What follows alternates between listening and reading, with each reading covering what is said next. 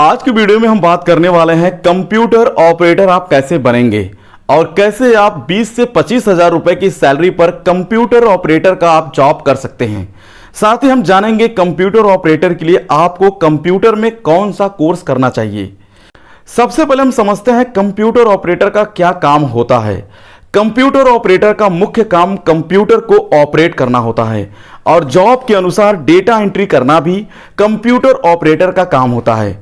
यानी आप जिस तरह के ऑफिस में काम कर रहे हैं उस ऑफिस में कंप्यूटर से संबंधित जो भी कार्य होते हैं वो सभी काम कंप्यूटर ऑपरेटर के द्वारा ही किए जाते हैं। अगला हम जानते हैं कंप्यूटर ऑपरेटर को क्या क्या आना चाहिए। कंप्यूटर ऑपरेटर का सबसे महत्वपूर्ण कार्य डेटा एंट्री करना होता है, जिस वजह से कंप्यूटर ऑपरेटर को डेटा एंट्री ऑपरेटर भी कहा जाता है, जिसके लिए आपको Microsoft Word, Microsoft Excel, internet की बेसिक नॉलेज होना चाहिए। अगर आप किसी ऐसे ऑफिस में कंप्यूटर ऑपरेटर के लिए अप्लाई कर रहे हैं जहां पर हिंदी में कार्य होता है तो आपको हिंदी टाइपिंग का भी ज्ञान होना चाहिए। डेटा एंट्री और हिंदी टाइपिंग के अतिरिक्त आपको सेंडिंग ईमेल, रिसीव ईमेल, किसी भी डॉक्यूमेंट को स्कैन करना, पीडीएफ फाइल में बनाना, इंटरनेट पर अपलोड करना, डॉक्यूमेंट का पेज सेटअप करना, प्रिंट आउट निकालना, ये सारे काम आपको आना चाहिए।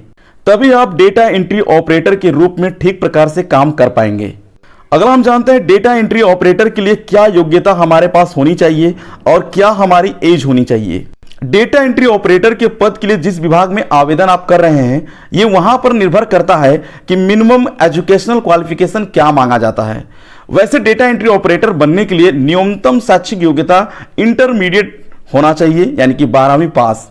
इसी प्रकार से ज्यादातर विभागों में डेटा एंट्री ऑपरेटर और कंप्यूटर ऑपरेटर की आयु सीमा 18 से 30 साल तक होनी चाहिए। अगला हम जानते हैं कंप्यूटर ऑपरेटर की सैलरी कितनी होती है। कंप्यूटर ऑपरेटर की जॉब प्राइवेट और गवर्नमेंट दोनों सेक्टर में होती है और उन्हीं के अनुसार उनकी सैलरी भी निर्धारित की जाती है। साथ ही कंप्यूटर ऑपरेटर की क्वालिफिकेशन और एक्सपीरियंस के आधार पर भी सैलरी निर्धारित की होती है। अगर आप बिल्कुल नए हैं तो प्राइवेट सेक्टर में आपको 8,000 रुपए से लेकर 15,000 रुपए तक की सैलरी मिल सकती है। इसके अलावा गवर्नमेंट सेक्टर में है तो आपको 10,000 रुपए से लेकर 20,000 रुपए तक की सैलरी मिल सकती है।